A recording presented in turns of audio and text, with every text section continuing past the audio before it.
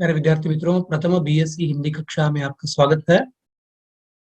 पिछली कक्षा में हम कबीर के दोहे पढ़ रहे थे। लगभग 3 दोहों का अध्ययन किया था। तेरा साई तुझ में, जो पुहपन में बस। फिर दूसरा, दुख में सुमिरन सब करे। फिर तीसरा दोहा, निंदक नियरे राखिए।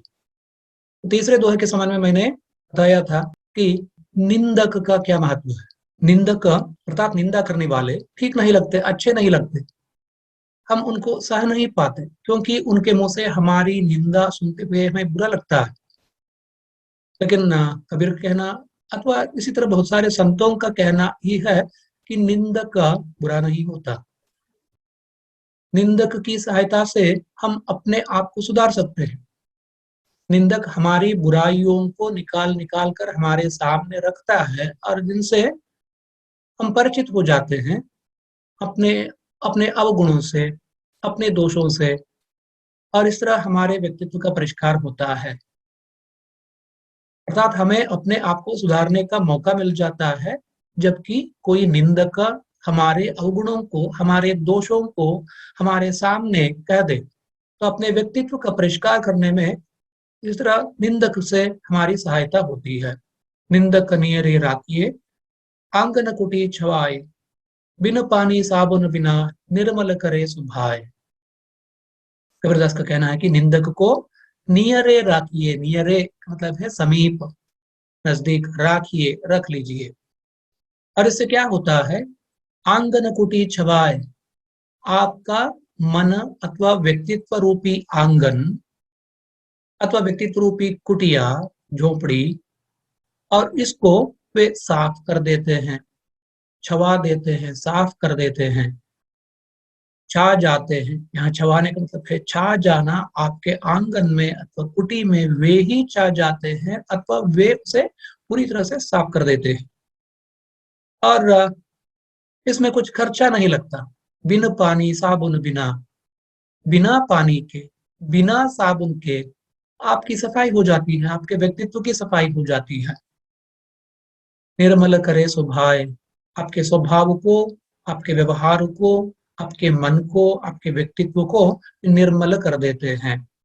अपनी निंदा से निंदक आपके व्यक्तित्व में जो दोष होते हैं, अवगुण होते हैं, उन सबको साफ कर देते हैं। अर्थात निंदक के दुर्वचन सुनकर, गाली सुनकर, निंदा सुनकर हमें बुरा तो लगता है, उसके साथ साथ ये लाभ भी होता है कि हमारे अवगुण क्या हैं, हमारे दुर्गुण क्या हैं, हमारे दोष क्या हैं, ये भी हमें मालूम हो जाते हैं। और अपने अवगुणों को समझकर हम उनको सुधार सकते हैं। तीसरा, अपने व्यक्तित्व के सुधार में निंदक हमारा सहायक बनता है। ಕನ್ನಡದಲ್ಲಿ ಕೂಡ ಪುರಂದರದಾಸರು ಇದನ್ನು ಹೇಳಿದ್ದಾರೆ. ನಿಂದಕರಿರಬೇಕಿರಬೇಕು, ಹಂದಿ ಇದ್ದ ಕೇರಿ ಹ್ಯಾಂಗೆ ಶುದ್ಧಿಯೋ ಹಾಂಗೆ. ಹಂದಿ ಕೇರಿಯಲ್ಲೆಲ್ಲ ತಿರುಗಾಡಿ ಕೊಳಚೆಯನ್ನೆಲ್ಲ ತಿಂದು ಇಡೀ ಹಳ್ಳಿಯನ್ನ ಅಥವಾ ಕೇರಿಯನ್ನ ಸ್ವಚ್ಛಗೊಳಿಸ್ತದೆ. ಅದೇ ರೀತಿಯಾಗಿ ಒಬ್ಬ ನಿಂದೆ ಮಾಡುವ ವ್ಯಕ್ತಿಯ ನಿಂದೆಯ ನುಡಿಗಳನ್ನ ಕೇಳಿಸಿಕೊಳ್ತಾ ಇದ್ರೆ ನಮಗೆ ನಮ್ಮ ಅವಗುಣಗಳ ಪರಿಚಯವಾಗ್ತದೆ, ನಮ್ಮಲ್ಲಿರುವಂತಹ ಕೆಟ್ಟದ್ದರ ಪರಿಚಯವಾಗ್ತದೆ. ಅದನ್ನ ಸುಧಾರಿಸಿಕೊಳ್ಳಿಕ್ಕೆ ನಮಗೆ ಅವಕಾಶ ಸಿಗ್ತದೆ। निंदक को नियर रखिए, अर्थात रख लीजिए, समीप भी रख लीजिए। इससे आपके व्यक्तित्व रूपी आंगन या कुटी का शुद्धिकरण होता है, सफाई होती है। और इसमें खर्चा ही नहीं लगता, पानी भी नहीं लगता, साबुन भी नहीं लगता। बिना पानी साबुन बिना आपके स्वभाव का शुद्धिकरण होता है, आपके स्वभाव को निंदक निर्मल कर देते हैं। अब अगला दोहा हम देखेंगे। सिर्फ 8 दोहे आपके पाठ्यक्रम रखे गए हैं। चौथा दोहा इस प्रकार है, और ये गुरु और शिष्य के संबंध का चित्रण है। कबीरदास कहते हैं कि उनकी दृष्टि में गुरु सबसे महान, भगवान से भी बड़े हैं, इसलिए कि गुरु के द्वारा ही शिष्य को परमात्मा के दर्शन होते हैं। गोविंद के दर्शन अगर करने हैं तो सबसे पहले गुरु की कृपा होनी चाहिए। कन्नडदಲ್ಲೂ ಕೂಡ ಗುರುವಿನ ಗುಲಾಮನಾಗುವ ತನಕ ದೊರೆಯದಣ್ಣ ಮುಕುತಿ. ಎಲ್ಲ ಸಂತರು ಅದನ್ನು ಹೇಳ್ತಾರೆ. ಗುರುವಿನ ಅನುಗ್ರಹವಿಲ್ಲದೆ, ಗುರುಪದೇಶವಿಲ್ಲದೆ ಸಿದ್ಧಿ ಲಭಿಸುವುದಿಲ್ಲ. ಹಾಗಾಗಿ ಗುರುವಿಗೆ ಹೆಚ್ಚು ಮಹತ್ವ. ಎಲ್ಲ ಸಾಧು ಸಂತರು ಗುರುವಿಗೆ ಮಹತ್ವವನ್ನು ಕೊಡ್ತಾರೆ. ಗೋವಿಂದನ ದರ್ಶನ ಆಗಬೇಕು ನಿಜ, ಆದ್ರೆ ಗುರುವಿನ ಕೃಪೆಯಿಂದ ಮಾತ್ರ ಅದು ಸಾಧ್ಯ। तो बहुत ही प्रसिद्ध दोहा है ये, इससे पहले भी आप पढ़ चुके होंगे इसे। गुरु गोविंद दो खड़े, काके लागू पाए, बलिहारी गुरु आपने, जिन गोविंद दियो बताए। कबीरदास यहाँ द्वंद्व में, द्वंद्वग्रस्त है, दुविधा में है, और उनकी समस्या यही है कि उनके सामने आज पहली बार गुरु और गोविंद दोनों आकर खड़े हो गए।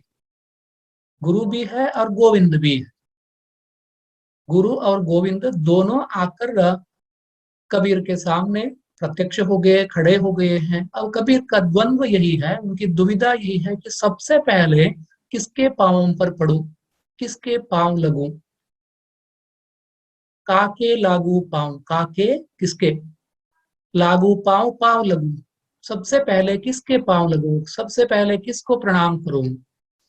सामान्य रूप से हम यही देखते हैं कि घर में आए अतिथि अथवा मेहमान जो होते हैं तो उनका आदर सत्कार किया जाता है। अगर अतिथि एक नहीं है, दो हैं अथवा तीन हैं, और तब उनमें से बड़े को हम चुनते हैं जो सम्मानित हैं, वीआईपी हैं, प्रतिष्ठित हैं, बड़े हैं, तो उनका सम्मान पहले किया जाता है। पहले प्रणाम उनको किया जाता है, माला उनको चढ़ाई जाती है, सत्कार पहले उनको किया जाता है, जो सबसे बड़े हैं, सबसे महान है। यहाँ कबीर के मन में भी ये स्वागत सत्कार संबंधी दुविधा है। गुरु और गोविंद दोनों उनके सामने आकर खड़े हो गए हैं, और उनकी दुविधा ये है कि सबसे पहले किसके पांव पड़ूं, सबसे पहले किसको प्रणाम करूं। और अंत में अपने मन ही मन वो निश्चय करते हैं, मन ही मन वो निश्चय करते हैं कि पहले वो गुरु के चरण पकड़ेंगे, गोविंद के चरण बाद में। लेकिन सामान्य रूप से हम यही देखते हैं कि भगवान को हम सर्वोपरि मानते हैं, तो उसकी प्राप्ति के लिए, उसके दर्शन के लिए तो ये साधना वगैरह की जाती है। भक्त जो साधना करता है तो साधना का उद्देश्य भगवान की प्राप्ति है, भगवान के दर्शन है, और भगवान के सामने खड़ा है गुरु के साथ। लेकिन कबीर सोचते हैं कि सबसे पहले गुरु के चरण पकड़ूंगा, गुरु के पांव पकड़ूंगा, भगवान को बाद में देख लेंगे। और इसका तात्पर्य यही है कि गुरु सर्वोपरि है, गुरु महान है, गोविंद से भी बड़े हैं, क्योंकि गोविंद के दर्शन कराने वाले गुरु ही हैं। अगर गुरु नहीं होता तो गोविंद के दर्शन कैसे होते। दूसरी पंक्ति में कबीरदास कहते हैं, बलिहारी गुरु, हे गुरु मैं आपके चरणों में समर्पित हूँ, बलिहारी हूँ, बलिहारी समर्पित हूँ, मैं आपके चरणों में अपने आप को समर्पित करता हूँ, मैं आपके पांव पड़ता हूँ। क्यों? क्योंकि आपने ही मुझे वचन दिया था इससे पहले, जबकि मैं आपका शिष्य बन गया था, और उस वक्त आपने मुझे वचन दिया था कि मेरे कहे मार्ग पर चलते रहो, मेरे कहे, मेरे उपदेश के अनुसार ही साधना करते रहो, तो मैं एक दिन तुम्हें गोविंद के दर्शन कराऊंगा। तो मेरे कहे मार्ग पर चलते रहो, मेरे कहे अनुसार ही आचरण करो, साधना करो, तो एक दिन मैं तुम्हें गोविंद के दर्शन कराऊंगा। आपने मुझे वचन दिया था, और आज आपके साथ गोविंद आए हैं। तो इसका अर्थ यही है कि तो मेरी साधना पूर्ण हुई और आप गोविंद को अपने साथ लेकर मेरे सामने आ खड़े हो गए। आपने अपना वचन निभाया, अपना वादा पूरा किया। आपने पहले ही वादा किया था कि अगर तुम मेरे कहे अनुसार साधना करोगे, मेरे कहे अनुसार ही चलोगे, तब मैं एक दिन गोविंद के दर्शन कराऊंगा। आज आप गोविंद के साथ आए हैं, इसका अर्थ यही है कि मेरी साधना एक तरफ तो पूर्ण हुई है, उसके साथ साथ आपकी पूर्ण कृपा मुझ पर पड़ी। आप भगवान को, गोविंद को अपने साथ लेकर आए हैं। भगवान को अपने साथ लेकर आने वाले गुरु महान ही होंगे, क्योंकि भगवान के दर्शन करना यूं ही मुश्किल है, लेकिन गुरु भगवान को साथ लेकर आते हैं और अपने शिष्य को भगवान के दर्शन कराते हैं, तो ये बड़ी बात है। और इसलिए कबीरदास एक शिष्य के रूप में अपने गुरु के चरणों में पड़ते हैं और उनसे कहते हैं, हे गुरु मैं आपके चरणों में समर्पित हूँ। आपने मुझे वचन दिया था कि मेरे कहे मार्ग पर चलते रहो, मेरे उपदेश के अनुसार ही साधना करते रहो, एक दिन मैं तुम्हें गोविंद के दर्शन कराऊंगा। और अपने वचन को आपने पूरा किया, आज मुझे गोविंद के दर्शन हुए। मुझे गोविंद के दर्शन हुए इसका कारण आप ही हैं। आपकी कृपा से आज मुझे गोविंद के दर्शन हुए हैं। इसमें मेरी साधना वास्तव में कुछ भी नहीं है। ಹಾಗಾಗಿ ನನ್ನ ಸಾಧನೆ ಅನ್ನುವಂತಹದ್ದು ಇದರಲ್ಲಿ ಏನೂ ಇಲ್ಲ, ನಿಮ್ಮ ಕೃಪೆಯಿಂದಾಗಿ, ನೀವು ನನಗೆ ಕರುಣಿಸಿದಂತಹ ಉಪದೇಶದಿಂದಾಗಿ, ನೀವು ಹೇಳಿದ ಮಾರ್ಗವನ್ನ ನಾನು ಅನುಸರಿಸಿದ್ರಿಂದಾಗಿ ನನಗೆ ಗೋವಿಂದನ ದರ್ಶನವಾಗಿದೆ. ಹಾಗಾಗಿ ಗೋವಿಂದನ ದರ್ಶನಕ್ಕೆ ನೀವೇ ಕಾರಣ. ಹಾಗಾಗಿ ಹೇ ಗುರುವೇ, ನಾನು ನಿಮ್ಮ ಚರಣಗಳಿಗೆ ನಮಸ್ಕರಿಸ್ತಾ ಇದ್ದೇನೆ, ನಿಮಗೆ ಸಮರ್ಪಿತನಾಗಿದ್ದೇನೆ। गुरु और गोविंद दोनों एक साथ आकर खड़े हो गए, दोनों खड़े हो गए। तब तो कबीर के मन में एक प्रश्न पैदा हो गया कि सबसे पहले किसके पांव पकड़ूं, सबसे पहले किसके पांव लगूं। तब तुरंत उनके मन में ये विचार आया, तो उन्होंने निश्चय कर लिया अपने मन ही मन कि गुरु के चरणों में पड़ेंगे, क्योंकि गुरु की वजह से ही, गुरु की कृपा से ही गोविंद के दर्शन हो रहे हैं। इस तरह गोविंद के दर्शन कराने वाले गुरु के चरणों में सबसे पहले वो प्रणाम करते हैं और ये कहते हैं, हे गुरु, मैं आपके चरणों में समर्पित हूँ, मैं आपके चरणों की वंदना करता हूँ, क्योंकि आपने गोविंद को देने का वचन दिया था, बताया था, दियो बताए, आपने बताया था, आपने वचन दिया था कि गोविंद के दर्शन कराऊंगा। जिस गोविंद के दर्शन के लिए तुम तरस रहे हो, इस गोविंद के दर्शन तुम पाना चाहते हो, तो उसके दर्शन मैं कराऊंगा। तुम्हें मेरे कहे मार्ग पर चलना है, मेरे उपदेश के अनुसार साधना करनी है, तब मैं एक दिन तुम्हें गोविंद के दर्शन कराऊंगा। इस तरह गुरु का वचन पूरा हो गया। गुरु की कृपा से कबीर को गोविंद के दर्शन हुए और गुरु के प्रति अपना ऋण जताते हुए वे उसके चरणों में, गुरु के चरणों में समर्पित हो जाते हैं। कहते हैं कि गुरु, मैं आपके चरणों में समर्पित हूँ, बलिहारी हूँ।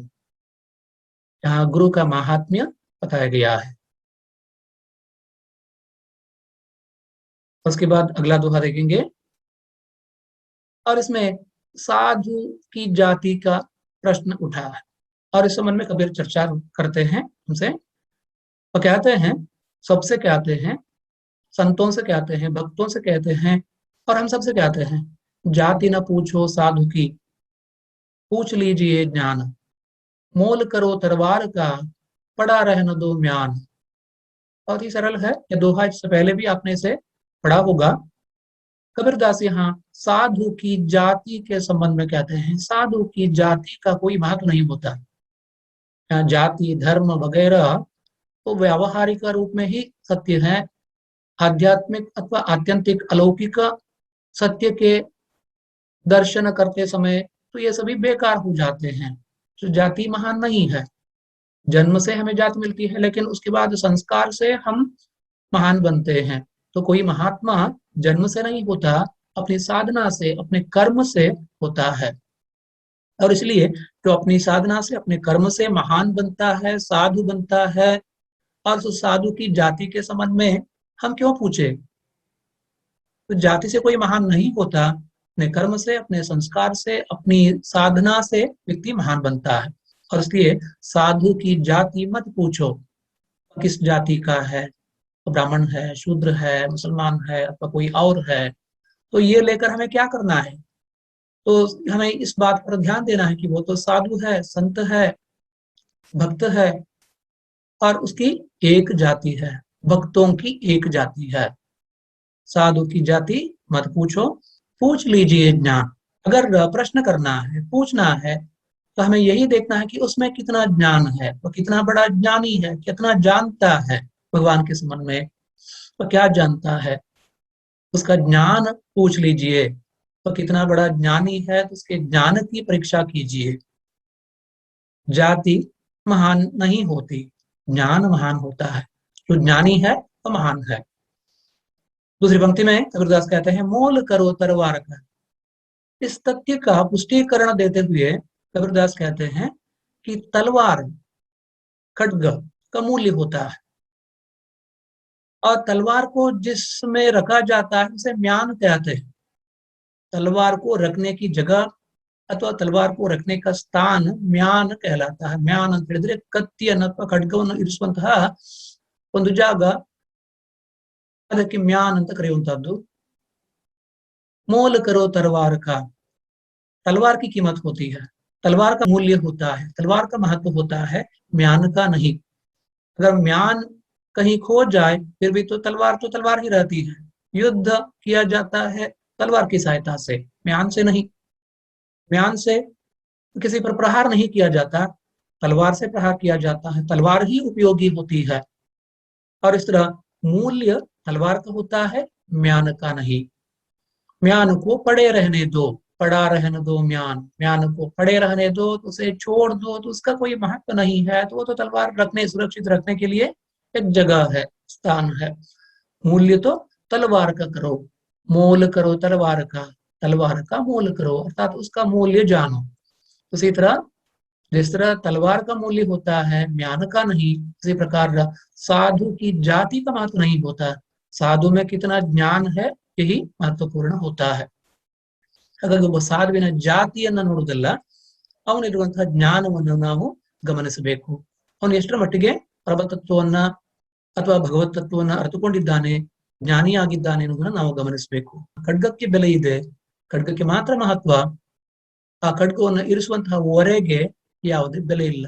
ಒರೆಗೆ ಬೆಲೆ ಇದೆ ಅಷ್ಟೇ, ಇಷ್ಟಂತ ಹೇಳಿದ್ರೆ ಅದನ್ನ ಖಡ್ಗವನ್ನ ಸುರಕ್ಷಿತವಾಗಿ ಇರಿಸಿಕೊಳ್ಳಿಕ್ಕೆ ಅದೊಂದು ಜಾಗ ಅಷ್ಟೇ। ಹಾಗಾಗಿ ಒರೆಯಲ್ಲಿರುವಂತಹ ಕತ್ತಿಗೆ ಬೆಲೆ, ಒರೆಗಲ್ಲ।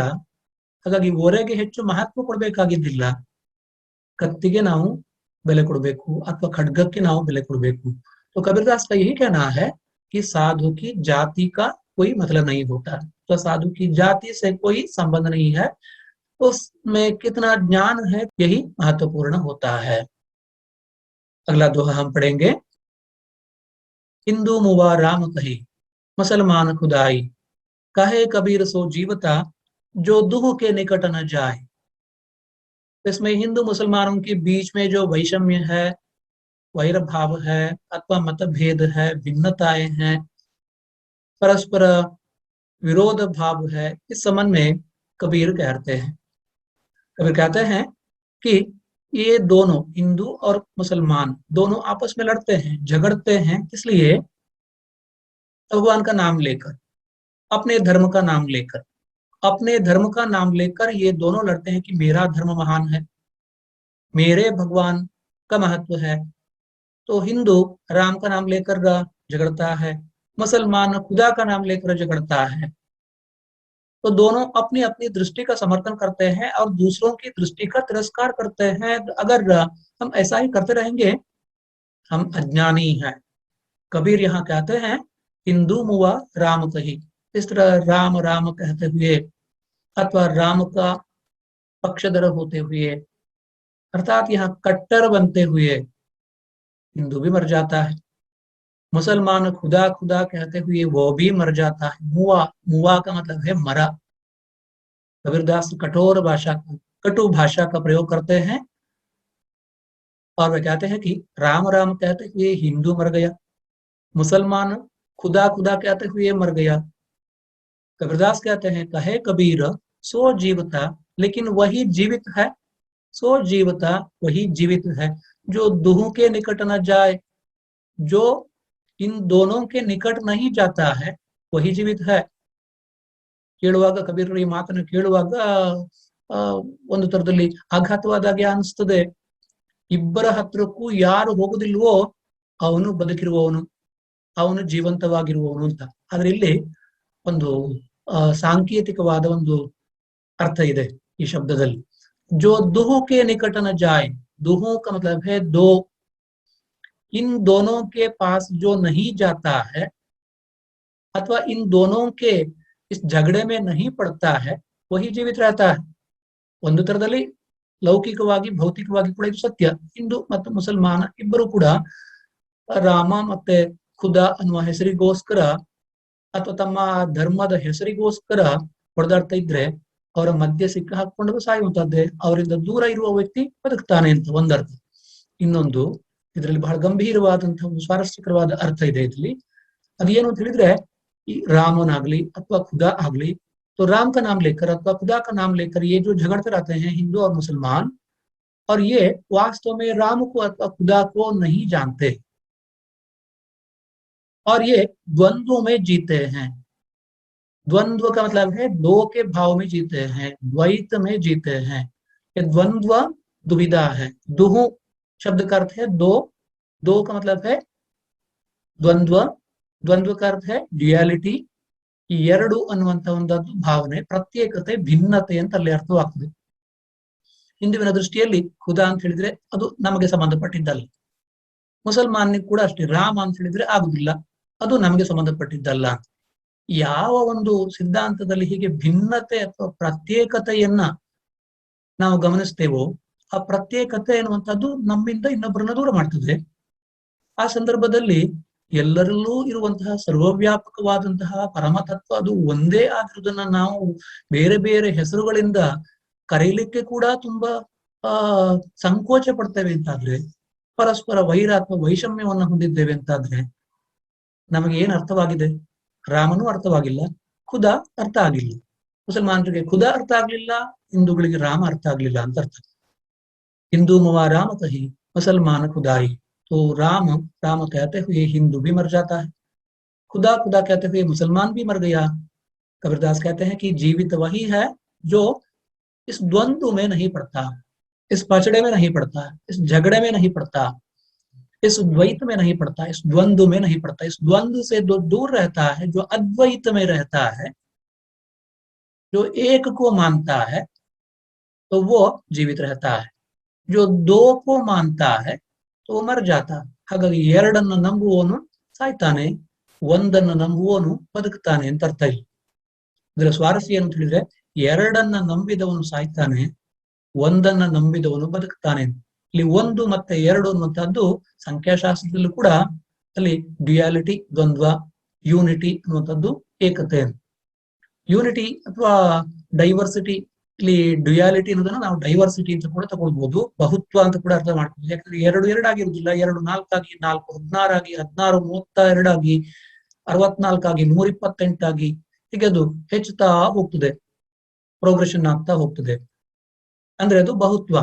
ಬಹುತ್ವ ಮತ್ತೆ ಏಕತ್ವ ಎರಡು ಕೂಡ ಸತ್ಯವೇ, ಆದ್ರೆ ಬಹುತ್ವ ಅನ್ನುವಂಥದ್ದು ತಾತ್ಕಾಲಿಕ ಸತ್ಯ, ಏಕತ್ವ ಅನ್ನುವಂಥದ್ದು ಸಾರ್ವಕಾಲಿಕ ಸತ್ಯ, ಶಾಶ್ವತ ಸತ್ಯ. ಹಾಗಾಗಿ ಅದ್ವೈತ ಅನ್ನುವಂಥದ್ದು ಶಾಶ್ವತ ಸತ್ಯ, ದ್ವೈತ ಅನ್ನುವಂಥದ್ದು ತಾತ್ಕಾಲಿಕ ಸತ್ಯ. ತಾತ್ಕಾಲಿಕ ಸತ್ಯವನ್ನ ಯಾರು ಹೆಚ್ಚಾಗಿ ಅವಲಂಬಿಸ್ತಾರೋ ಅಥವಾ ಅದನ್ನೇ ಸರಿ ಅಥವಾ ಅದೇ ಸರಿ ಅಂತ ಭಾವಿಸ್ತಾರೋ ಅವರು ಸಮಸ್ಯಾಗ್ರಸ್ತರಾಗಿದ್ದಾರೆ, ಅವರು परमात्मा सरियागी अर्थ माडिकोंडिल्ला. तो कबीर अद्वैती, और इसलिए वे कहते हैं द्वंद्व में जो पढ़ते हैं अर्थात द्वैत में जो रहते हैं, तो ये अलग है, वो अलग है, मैं अलग हूं, तुम अलग हो, वो अलग है, ये अलग है, और जो अलग है उससे मुझे वैर. ಎಲ್ಲೂ ಬೇರೆ ಬೇರೆಯಾಗಿದೆ ಅಂತ ಮೊದಲ ಭಾವನೆ, ಆಮೇಲೆ ನನಗಿಂತ ಬೇರೆಯಾಗಿರೋದ್ರ ಬಗ್ಗೆ ನನಗೆ ವಿರೋಧ. ನನಗಿಂತ ಬೇರೆಯಾಗಿರುವುದರ ಬಗ್ಗೆ ನನಗೆ ವಿರೋಧ ಉಂಟಾದ್ರೆ ನಾವು ಅದನ್ನ ಅರ್ಥ ಮಾಡ್ಕೊಂಡೇ ಇಲ್ಲ. ನನಗಿಂತ ಬೇರೆಯಾಗಿರುವುದು ಬೇರೆಯಾಗಿಲ್ಲ, ಅದೊಂದು ತಾತ್ಕಾಲಿಕವಾದ ಸತ್ಯ, ಅದೊಂದು ಭ್ರಮೆ, ಅಥವಾ ಅದೊಂದು ಇಂದ್ರಜಾಲದ ಹಾಗೆ ಇಂದ್ರಿಯಗಳ ಭ್ರಮೆ. ವಾಸ್ತವದಲ್ಲಿ ಇರುವುದೆಲ್ಲವೂ ಕೂಡ ಒಂದೇ ಆಗಿದೆ, ಒಂದೇ ತತ್ವದ ವಿಭಿನ್ನ ರೂಪಗಳು ಇವುಗಳು ಅನ್ನೋದನ್ನ ಯಾರು ಅರ್ಥ ಮಾಡಿಕೊಳ್ಳುವುದಿಲ್ವೋ ಅವರು ಮೋಸ ಹೋಗ್ತಾರೆ. ಅವರು ಈ ಒಂದು ಭ್ರಮೆಯಲ್ಲಿ ಇರ್ತಾರೆ, ನಾನು ಬೇರೆ ಮತ್ತೊಬ್ಬರು ಬೇರೆ. ಹಾಗಾಗಿ ಬೇರೆಯಾಗಿದ್ದನ್ನ ನಾನು ವಿರೋಧಿಸಬೇಕು. ನಾವು ಬೇರೆಯಾಗಿದ್ದನ್ನ ಗೌರವಿಸುವಂತದ್ದು ಸರಿ, ಆದ್ರೆ ಬೇರೆಯಾಗಿದ್ದನ್ನ ವಿರೋಧಿಸಿದಾಗ ನಾವು ಆ ಯಾವುದನ್ನ ನಾವು ಒಪ್ಕೊಳ್ತಿದ್ದೇವೋ ಅದನ್ನೇ ನಾವು ವಿರೋಧಿಸಿದ ಹಾಗೆ ಆಗ್ತದೆ. यहाँ द्वंद्व अथवा दुहु दो शब्द का जो उपयोग कबीरदास ने किया है तो बहुत ही अर्थगर्भित है. और वे कहते हैं जो द्वंद्वग्रस्त हो जाते हैं, जहां बहुत्व में विरोध पाते हैं, बहुत्व को मानते हुए और उसमें विरोध भी पाते हैं, तो वो समस्याग्रस्त हैं, वो मर जाते हैं. जो एकता को स्वीकार करते हैं, समस्त जीवों के अंतर में व्याप्त, सभी जड़ चेतन में व्याप्त एक तत्व को जो स्वीकार करते हैं, जो मानते हैं, और उनको किसी का विरोध नहीं करना है, ಹಾಗಾಗಿ ಎಲ್ಲವೂ ಒಂದೇ ಅಂತ ಭಾವಿಸುವಂತಹ ಏಕತೆಯನ್ನ ಸಮರ್ಥಿಸುವವರು ಯಾವುದೇ ರೀತಿ ಇನ್ನೊಬ್ಬರನ್ನ ವಿರೋಧಿಸ್ಲಿಕ್ಕೆ ಸಾಧ್ಯವೇ ಇಲ್ಲ. ಹಾಗೆ ವಿರೋಧಿಸ್ತಾರೆ ಅಂತ ಹೇಳಿದ್ರೆ ಅವರು ಏಕತೆಯನ್ನು ನಂಬಿದ್ದು ಸುಳ್ಳು. ಅವರ ಅದ್ವೈತ ಸಿದ್ಧಾಂತವೇ ಸುಳ್ಳು. ಅವರ ಏಕತೆ ಅಥವಾ ಸಮಾನತೆ ಅನ್ನುವಂಥ ತತ್ವವು ಸುಳ್ಳು. ಅಂದ್ರೆ ಅವರು ನಿಜವಾಗಿ ತಿಳಿದವರಲ್ಲ, ಅಜ್ಞಾನಿಗಳು, ಮೂರ್ಖರು, ದುಷ್ಟರಾಗ್ಬೋದು ಬಹುಶಃ ಆಮೇಲೆ ಅವರು ಅಷ್ಟೇ. ಹಾಗಾಗಿ ಯಾರು ವಿರೋಧ ಮಾಡ್ತಾರೋ ತನಗಿಂತ ಭಿನ್ನವಾಗಿದ್ದನ್ನ, ಅವರು ಆ ಏಕತೆಯನ್ನ ಅರ್ಥ ಮಾಡಿಕೊಂಡಿಲ್ಲ ಅಂತ. द्वंद्व में जो रहते हैं और द्वंद्व में विरोध करते हैं, झगड़ते हैं आपस में, और तब तो वो भ्रमग्रस्त है, अज्ञानी है।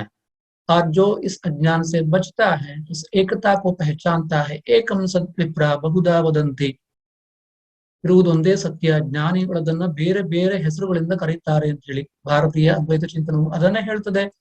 ಹೆಚ್ಚಿನ ಎಲ್ಲ ಧರ್ಮಗಳಲ್ಲೂ ಕೂಡ ಇದೇ ಭಾವನೆ ಇದೆ. ನಾವು ಅರ್ಥ ಮಾಡಿಕೊಂಡಿಲ್ಲ ಅಷ್ಟೇ. ನಮಗೆ ಪ್ರತ್ಯೇಕತೆಯೇ ಸತ್ಯ ಅಂತ ಅನಿಸ್ತದೆ, ಭಿನ್ನತೆಯೇ ಸತ್ಯ ಅಂತ ಅನಿಸ್ತದೆ. ಭಿನ್ನತೆ ಎನ್ನುವಂಥದ್ದು ತಾತ್ಕಾಲಿಕ ಸತ್ಯ, ಏಕತೆ ಎನ್ನುವಂಥದ್ದು ಶಾಶ್ವತವಾದ ಸತ್ಯ, ಯಾವತ್ತಿಗೂ ಇರುವಂತಹದ್ದು. भिन्नते ಹೊರಟು ಹೋಗ್ತದೆ. तो मेरा शरीर मिट जाता है, मेरा घर बर्बाद हो जाता है, तो मेरे पास जो कुछ है तो वह सब काल में समाप्त हो जाता है, लेकिन क्या बचता है? मैं बचा रहूंगा। इस रूप में नहीं, इस आकार में नहीं, इस देह में नहीं, आत्म रूप में, परमात्मा रूप में, अखंड रूप में मैं रहूंगा, और मैं वही हूँ। और वह तो शाश्वत है, अविनाशी है, उसका जन्म नहीं है, उसका मृत्यु नहीं है, और जो जन्म लेता है वो शरीर है, और ये तात्कालिक है। तो द्वंद्व में जो फंसे रहते हैं, द्वंद्व में जो पड़े रहते हैं, वे मरते हैं। द्वंद्व को ही सर्वोपरि मानने वाले, द्वंद्व को ही सत्य मानने वाले मरते हैं। जो एकता को मानते हैं, तो उस एकता में वो स्थिर रहते हैं, वे जीते हैं। ಉಪನಿಷತ್ತುಗಳಲ್ಲೂ ಕೂಡ ಇದರ ಬಗ್ಗೆ ಒಂದು ಕತೆ ಬರ್ತದೆ, ಎರಡು ಹಕ್ಕಿಗಳ ಕತೆ. ಒಂದು ಹಕ್ಕಿ ಸುಮ್ಮನೆ ನೋಡ್ತಾ ಇತ್ತು, ಇನ್ನೊಂದು ಹಕ್ಕಿ ಯಾವಾಗ್ಲೂ ತಿಂತಾ ಇತ್ತು. ಆ ತಿನ್ನುವ ಹಕ್ಕಿ ಸತ್ತು ಹೋಯಿತು. ತಿನ್ನದೆ ಸುಮ್ಮನೆ ನೋಡ್ತಾ ಇದ್ದಂತ ಹಕ್ಕಿ ಅದು ಶಾಶ್ವತವಾಗಿ ಅಮರವಾಗಿ ಇತ್ತು. ಉಪನಿಷತ್ತಿನ ಒಂದು ಆ ಕಥೆಯ ರೂಪಕದಲ್ಲಿ ಕೂಡ ಇದನ್ನೇ ಹೇಳಲಾಗಿದೆ. ಅಂದ್ರೆ ಶಾಶ್ವತವಾದಂತಹ ಸತ್ಯ ಏನಿದೆ ಅದು ಒಂದೇ ಆಗಿದೆ. ಇಲ್ಲಿ ಕಣ್ಣಿಗೆ ಕಾಣಿಸ್ತಿರುವಂತಹ ಎಲ್ಲವೂ ಕೂಡ ಅದು ತಾತ್ಕಾಲಿಕ ಸತ್ಯ. ಇದು ಇಂದ್ರಿಯಗಳ ಭ್ರಮೆ. ಇದು ಬೇಗ ಮುಕ್ತಾಯಗೊಳ್ತದೆ. ಅದರ ನಂತರ ನಾವು ಮತ್ತೆ ಪುನಃ ಆ ಮೂಲ ರೂಪಕ್ಕೆ ಹಿಂದಿರುಗ್ತೇವೆ. कबीरदास यहाँ द्वंद्व अद्वैत द्वैत अद्वैत का चिंतन कर रहे हैं, और जातियों के बीच में धर्म के कारण जो झगड़े होते हैं इन सबका वह खंडन करते हैं, उसका निराकरण करते हैं। तो इस तरह लड़ने से कोई फायदा नहीं है। तो राम का नाम लेकर, खुदा का नाम लेकर आपस में हम झगड़ते रहे तो इसका कोई फायदा नहीं है, तो दोनों तो अज्ञानी रह जाते हैं। कबीरदास कहते हैं कि वही जीवंत रहता है जो इस द्वंद्व से पार हो जाता है, उस परम सत्य की एकता को जो समझ जाता है और सबके प्रति समभाव का व्यवहार करता है, प्रेम पूर्वक व्यवहार करता है, विरोध नहीं करता, तो वही जीता है, जीवित रहता है। तो ये इस दोहे का तात्पर्य है। अगला दोहा हम देखेंगे, पानी केरा बुदबुदा असमानस की जाति, देखत ही छिप जाएंगे जो तारे परिभाति। ये भी कबीरदास का एक प्रसिद्ध दोहा है। इस दोहे में कबीरदास कहते हैं कि मनुष्य जन्म, मनुष्य की जाति, मनस की मानस की जाति अस ऐसी है, मानस की जाति मनुष्य की जाति ऐसी है, अथवा ये मनुष्य शरीर मनुष्य जन्म ऐसा है, ये पानी केरा बुदबुदा, पानी के बुलबुलों के समान, बुदबुदा बुलबुले गुल्लेगुल, पानी केरा, केरा के पानी के बुलबुलों के समान, पानी में जो बुलबुले उठते हैं क्षण में फट जाते हैं, उसी प्रकार ये मनुष्य जन्म भी क्षण में समाप्त हो जाता है। यहाँ क्षण का मतलब है 100 वर्ष, कुछ भी नहीं है। काल इतना बड़ा है, अनंत है, करोड़ों वर्ष यहाँ लग जाते हैं। ग्रह नक्षत्रों की उत्पत्ति होती है तो वे भी तो समाप्त हो जाते हैं, करोड़ों करोड़ों वर्ष बीत जाते हैं। मनुष्य का जन्म तो इतना क्षणिक है कि 100 वर्ष कुछ भी नहीं है इस महाकाल में। पानी के बुलबुलों के समान तो मनुष्य का जन्म तात्कालिक है, बहुत ही क्षणभंगुर है। और एक और उदाहरण के माध्यम से कबीरदास इसे समझाते हैं, देखत ही छिप जाएंगे जो तारे परिभाति। सुबह के समय आकाश में कुछ ही तारे, एक दो तारे दिखाई देते हैं, थोड़ी देर के लिए, 1 मिनट के लिए, अथवा ज्यादा से ज्यादा 5 मिनट तक का। और धीरे धीरे जैसे ही चारों तरफ प्रकाश फैलने लगता है तो ये तारे छिप जाते हैं। सुबह के समय परिभाति प्रभात, प्रभात में सुबह के समय तारे जो जैसे, तो तात्कालिक रूप से थोड़ी देर के लिए दिखाई देते रहते हैं और धीरे धीरे देखते देखते छिप जाते हैं। देखत ही छिप जाएंगे जो तारे परिभाति, प्रभात के समय एक दो सितारे आकाश में जो चमकते रहते हैं, जो अत्यंत प्रकाशमान है, वे ही तो दिखाई देते हैं, बाकी सभी गायब हुए रहते हैं। जो प्रकाशमान नक्षत्र हैं तो वो थोड़ी देर के लिए दिखाई देते हैं, और जैसे ही प्रकाश चारों तरफ फैलता जाता है, सूरज का प्रकाश, सूर्योदय होने लगता है, सूरज का प्रकाश फैल जाता है, तो ये तारे देखते ही देखते छिप जाते हैं, गायब हो जाते हैं। उसी तरह ये मनुष्य जन्म भी देखते देखते बीत जाता है। अभी बच्चा था तो हम समझ रहे थे कि बच्चा युवक बन गया, और फिर बूढ़ा हो गया, और एक दिन मर गया। तो जन्म इसी तरह बीत जाता है, अर्थात ये जीवन अत्यंत क्षणभंगुर है, तात्कालिक है। फिर भी तो इसकी अपनी विशेषता है, इसकी महानता है। इसे सार्थक कर लेना हमारे अपने हाथ में है, अपने कर्म से, अपने सत्कर्मों से, साधना से हम इसको सार्थक कर सकते हैं। तो मनुष्य जन्म को सार्थक करना हमारे अपने हाथ में है, अपने कर्मों के कारण। पानी के बुलबुलों की तरह मनुष्य की जाति क्षण भंगुर है, प्रभात के तारे की तरह ये देखते ही देखते छिप जाता है, समाप्त हो जाता है। और इसलिए तो ऐसे तात्कालिक, नश्वर, क्षणभंगुर जीवन अथवा देह, और इस देह से जुड़ा हुआ वैभव, तो ये सभी तो तात्कालिक ही हैं। तो ये हम अपने मन में समझ ले, ठीक तरह से समझ ले। ಹಾಗಾಗಿ ನಾನಾಗ್ಲಿ ನನ್ನದಾಗ್ಲಿ ಯಾವುದು ಕೂಡ ಈ ಜಗತ್ತಿನಲ್ಲಿ ಶಾಶ್ವತವಾದುದಲ್ಲ. ನಾನು ಅಥವಾ ನನ್ನದು ಅನ್ನುವಂತಹ ಈ ಒಂದು ಅಹಂಕಾರ ಅಥವಾ ಮಮಕಾರ, ನಾನು ಅಂತ ಹೇಳಿದ್ರೆ ಅಹಂಕಾರ, ನನ್ನದು ಅಂತ ಹೇಳಿದ್ರೆ ಮಮಕಾರ, ಈ ಎರಡರ ಕಾರಣದಿಂದಾಗಿ ನಾನು ದುಷ್ಟನಾಗುವಂತಹ ಸಾಧ್ಯತೆ ಇರ್ತದೆ, ನಾನು ಭ್ರಷ್ಟನಾಗುವಂತಹ ಸಾಧ್ಯತೆ ಇರ್ತದೆ, ಇನ್ನೊಬ್ಬರನ್ನ ತಿರಸ್ಕರಿಸುವ ಸಾಧ್ಯತೆ ಇರ್ತದೆ. ಅದೆಲ್ಲದರಿಂದ ನಾನು ಪಾರಬೇಕು ಅಂತಿದ್ರೆ ಇದು ಯಾವುದು ಕೂಡ ಶಾಶ್ವತವಾದುದಲ್ಲ. ಶಾಶ್ವತವಾದದ್ದು ಆ ಪರಮತತ್ವ ಒಂದೇ. तो वही है, तो वही सबका मालिक है, वह एक है, वह सर्वत्र व्यापक है, वह हमारे अंदर है, आपके अंदर है, जड़ के अंदर है, चेतन के अंदर है, इन सबके अंदर है और बाहर भी है।